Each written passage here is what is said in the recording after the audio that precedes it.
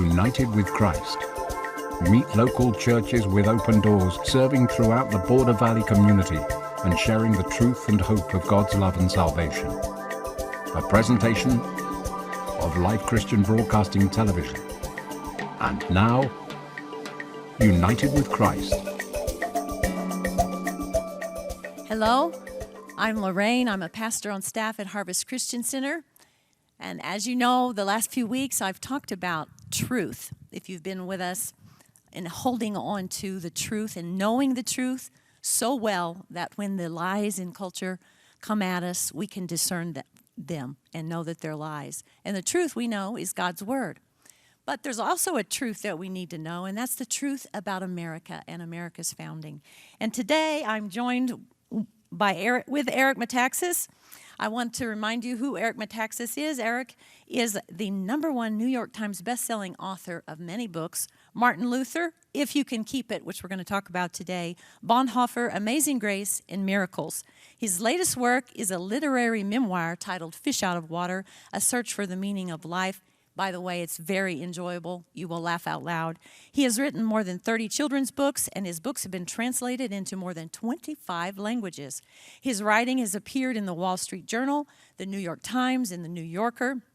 And Metaxas has appeared as a cultural commentator on CNN, Fox News, and MSNBC. He is the host of the Eric Metaxas Show, a nationally syndicated daily radio show heard on 300 stations nationwide and aired on television on TBN. He lives in New York City with his wife and daughter, and I'm so glad to be joined by Eric today. Welcome, Eric. Thank you for having me. So glad you're here.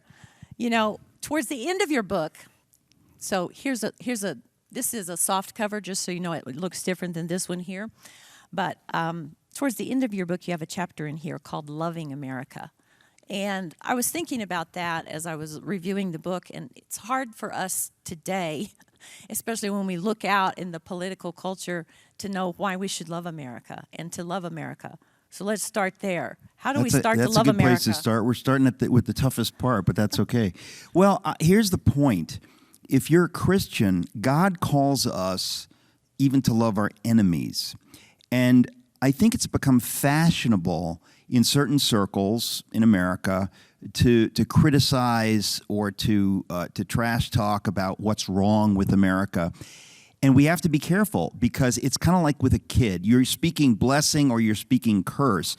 And I think that if you have a kid, for example, you love your kid and you see a problem, you want to point it out, but you don't want to curse that person and say, you know, you're just like your mother. You'll never change. You've got this and this and this and this. That is not God's plan. God's plan is to say, you need to address that issue. Be careful. I want you to deal with that issue. And then when you deal with it, I want to celebrate and rejoice that you have made progress. And that's, parents, we love our kids. I love my daughter, and I think that what happens in America is in the 60s, we kind of got caught on the criticism thing. It's like America is racist and America did this and America did that. And you think, wait a minute. We have made unbelievable progress. If you do not celebrate that progress, that's sick. You got to celebrate. We had a civil war to abolish slavery. We abolished the Jim Crow laws. We had civil rights. We had a black president. We've had so much good. And I think that we have gotten caught in the culture on forgetting about the good and just focusing on what's wrong. And I want to say there's something sick about that, in the same way that it's sick if a parent condemns a kid and says, you're bad. It's like, that's not the voice of God. That's the voice of the devil. And we have to understand that a nation is no different. And I really do believe that there are things about America, I didn't learn them growing up, maybe you didn't learn them growing up, that are so beautiful and so true that the founders, and then Abraham Lincoln years later, they understood God's plan for America. And God's plan for America is so beautiful. And we need to celebrate that, and we need to lean into that, the idea that America is a free nation that has enabled all kinds of people to find opportunity. I mean, my mother and father are immigrants to America. My father came from Greece. My mother came from Germany. They met in an English class in New York City. I write about all this in the book Fish Out of Water. And they taught me to love this country because they came from countries. They knew socialism and communism. They knew how evil that was. And they said, listen, don't let anybody ever tell you this is the greatest country in America, in the world, because this country, America, we came here looking for opportunity. And is it perfect? No. And my parents have accents. So they dealt with that, like that people looking at them funny, But they knew that this is the place they want to raise their kids, because this is a place where everybody could be as American as George Washington. It's not about the color of your skin. It's not about your faith it's about, do you buy into these ideas? And to buy into these ideas, these are beautiful ideas. The idea that we're going to govern ourselves. We're not going to be governed by some big government, some big socialist, communist government. We're not going to be governed by a tyrant, a strong man who's going to dictate what we do. We're going to govern ourselves. These are such beautiful ideas. These are such rare ideas in the world that those of us who've been privileged to live in this country, we need to really understand that this is beautiful. We need to teach this to our kids. We need to understand how it works and to teach our kids to be part of making it work in the right direction. And I really feel that is very important right now in this country. I hope we haven't gone too far yet. So in that chapter, Loving America, you do bring out the point that we need to look and see both the good and bad about America, like you said right there. Yeah. But we've forgotten the good. Oh. And, this book is wonderful. This should be required reading for every school child in your home, for sure. So be sure you pick one up. But the three things maybe that we can highlight in the short time we have together out of the book that we have forgotten that are important, that we've forgotten about our founding. Yes. Well, first of all, I would say that the concept of liberty and freedom, a lot of us I didn't really understand that growing up. And you think, how ridiculous, because we celebrate freedom. What is it? Well, as I said before, it's the idea that we're not going to be governed by anybody. We're going to govern ourselves. And then we're going to elect whoever we want to do what we believe is right. And that means we're the government. It means we own whatever. If people want to complain or whatever, you say, well, that's on me. I'm part of the government, and I need to believe in the way things work. I need to be a part of it and not just feel like, well, there's the government, and they're going to either give me a handout or they're going to pay. I'm going to pay taxes. It's like it's them versus us. No, we're the government, and we need to have that idea. But the thing is, the founders, Washington, Franklin, Jefferson, everybody, they understood that freedom does not work unless people have virtue. And where do people get virtue from? Usually from faith. In other words, I'm going to govern myself. I'm not going to need to be forced to be governed. Why? Because I believe in doing the right thing, because I fear God. I want to bless God. I want to please God. So I'm going to do the right thing. If people do the right thing because they're virtuous and they believe I want to please God, they don't need much government. They don't need much government looking over their shoulder to tell them to do this and do that. And so the thing that people often don't understand, I didn't get it, is that the more real faith we have, the more freedom we will have. And I never understood that link before. And it's a hugely important thing. It's called the Golden Triangle of Freedom. In the book, there's a chapter called the Golden Triangle of Freedom where I explain this. But it's so important.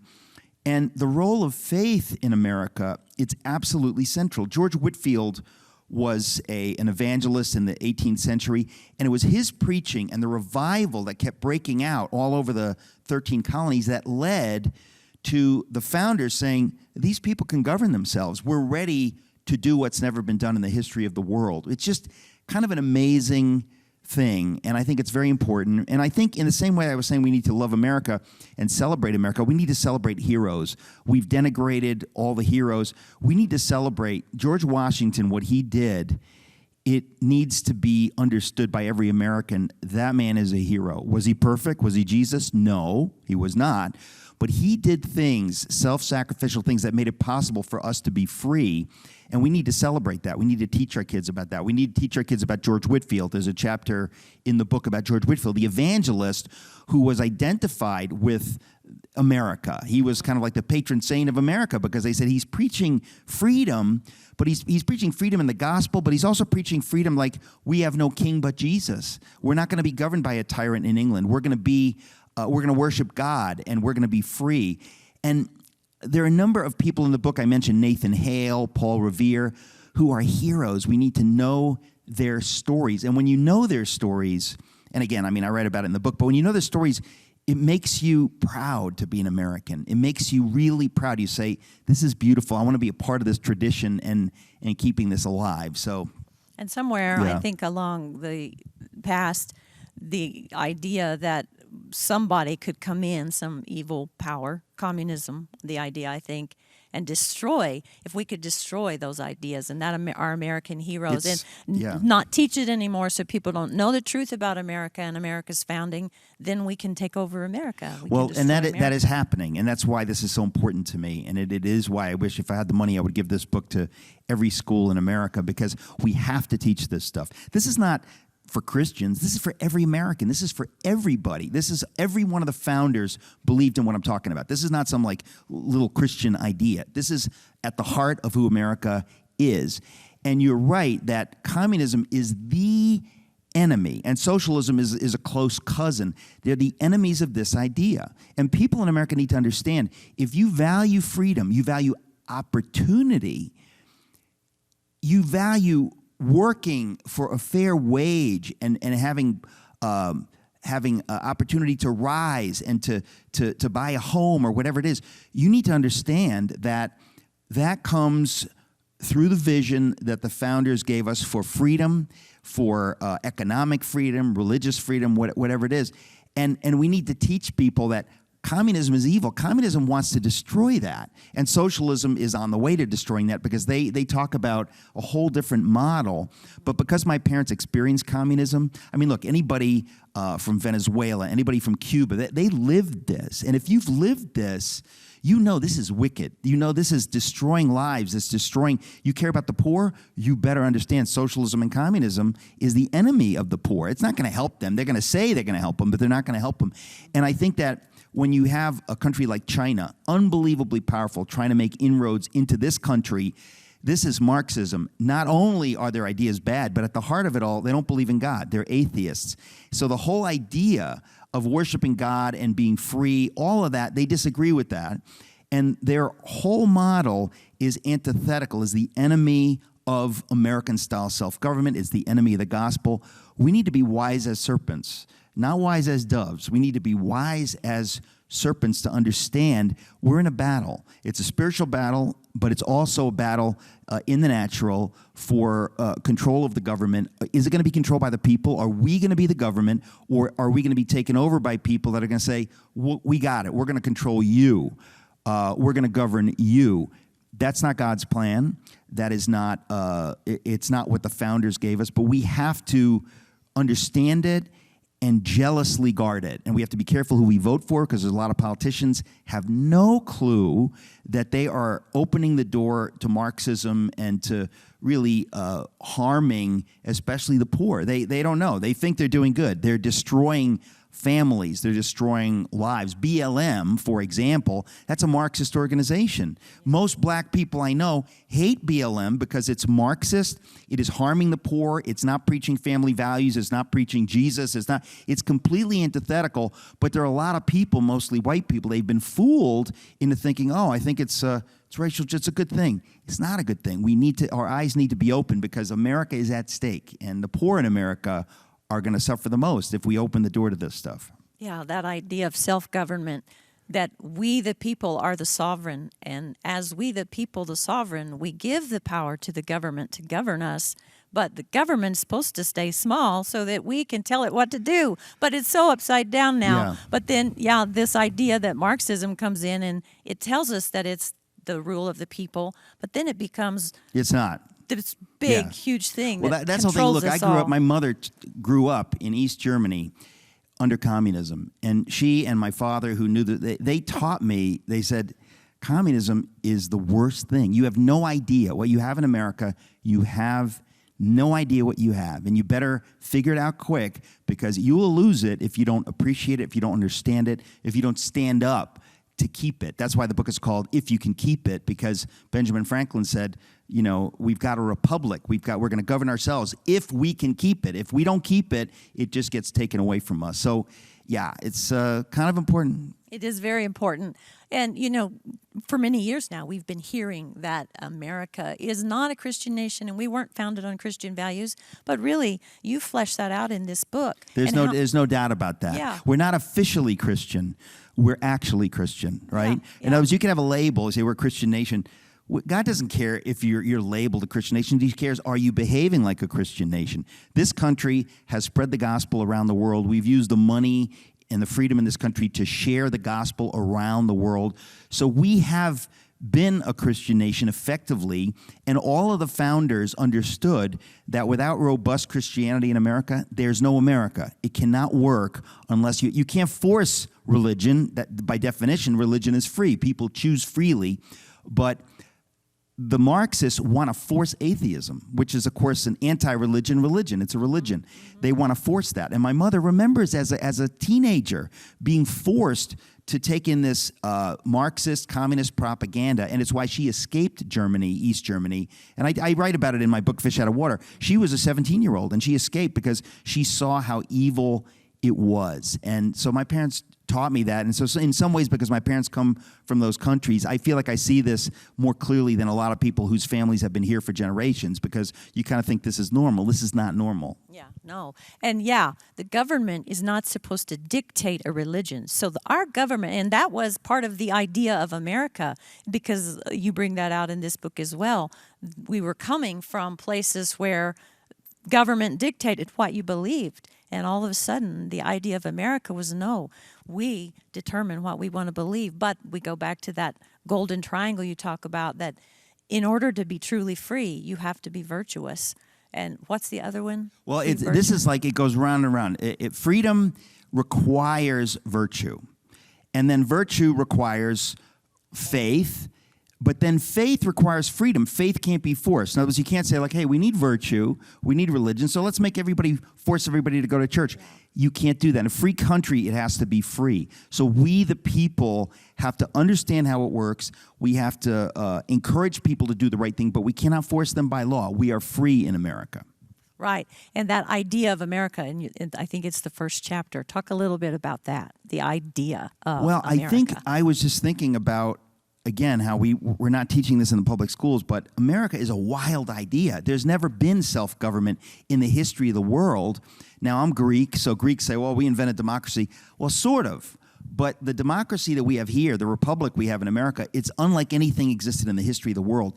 And there's a reason people never did it before. It's because it's not easy to do. To be free, the people have to get involved. The people have to live out their faith. They have to be involved in their community and in their church, and they have to really live it out. Otherwise, somebody will say, like, no, you sit down, you just watch TV, I will govern you. If you want to govern yourself, you have to understand how it works. But it's worth it. And if you have kids or grandkids, it's something you need to understand so you can pass it on. And so you can sing the praises of the heroes who made it possible for us to sit here. We can say whatever we want. We're not afraid we're going to get thrown in jail. We could speak freely. Most countries in the world, you do not have that freedom. I could say Jesus is Lord. I could say he's the only way to the Father. You say that in another country, you're in big trouble. But in America, we're still free. But everybody who's listening, you got to be a part of keeping it free. And I'm not just saying that. That's the way it works. And I feel like we've gotten very, very close to losing it. And because we're close to losing it, it's kind of like I'm sending out a warning. It's when I wrote this book, I said, I want to get this in the hands of as many Americans as I possibly can. We're going to make a mini-series, video mini-series, because I said these ideas have to get out there. We have to teach these ideas to adults like us, because we didn't get so much of it in school, and then especially to the younger generation. Yes, and I wonder if our immigrants that are coming in, they're not being taught this. I think so many immigrants that come in nowadays have no idea. Yeah. They know they want to come to America because it's freer than where they are, but then they don't understand. Yeah, they don't know how to keep it free. Look, if you're coming from a place where you're dealing with gangs and poverty and misery, whatever, you know you want to come to America, but people need to know why this country has managed to be the way we are. We need to understand why it works, because if you come here, you want to be a part of it, you got to pay into it. You got to, and I don't just mean taxes, you got to be somebody who understands how it works, and you've got to teach that to your kids, and you've got to teach them how to vote. Tell them, be careful. Don't vote for somebody you like. Look at the policies. Are their policies pro-America? Are their policies pro-freedom, pro-opportunity? Or did they just talk about it? Did they just talk about they're going to give you what you want? If they talk about giving you what you want, beware, because you're not going to get what you want. And I really do believe that in this nation right now, the media is completely in the dark on this stuff. They have no clue. They're just spouting whatever. And I really think because my parents are immigrants, they taught me to love America and to understand this is not normal. This country is the way God would want, every country to be, where there's freedom and there's a possibility to change things in a positive direction, and you don't have people governing you and telling you what to do. But it will go away, and it is going away unless we, the people, get really serious and, teach ourselves the basics, Yeah, and this is politics. This is what politics is. And for some reason, church, we think we're not supposed to be in politics, or we don't want to be in politics, and that is a mistake. We are part of America. We are the sovereign. We are the people. We are the ones that tell the government what to do. And we have to stay, God's people, the church, we have to stay connected and involved so that the government doesn't get corrupt. Right. Well, and there's so many people, I think, especially like my Catholic friends, right? I think right from wrong. God is real. Abortion is wrong. Sex outside of marriage is wrong. All that stuff. Is the government reflecting your values? Is the government saying we will not give money to support abortion facilities like Planned Parenthood? Is the government taking a stand on that? It's up to you to make sure that they do. It's up to you to make sure they don't give money to these organizations like Planned Parenthood. They're making millions of dollars killing the unborn and fooling people into thinking that this is women's health care. Now, again, that's the Christian point of view, but there are many Americans that they're not even Christians. They have that point of view.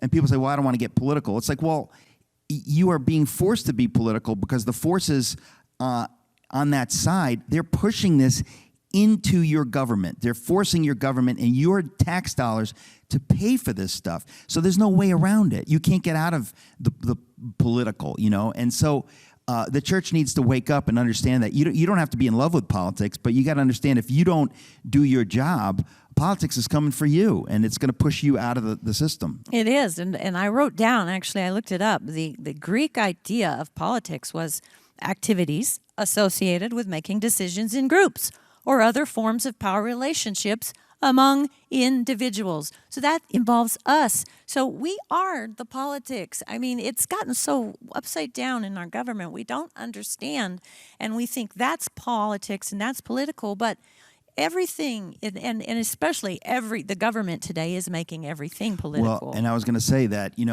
I never really thought the governor or the mayor or like any of that stuff was that important. And now during the COVID stuff, I thought, whoa, if you get a mayor or a governor that is not that swift when it comes to common sense, when it comes to American values, now you're going to see the power that they have, because we've gotten to this point in America, because I live in New York and we have Cuomo and de Blasio. They couldn't be worse. Their values and the way they've governed, it couldn't be worse.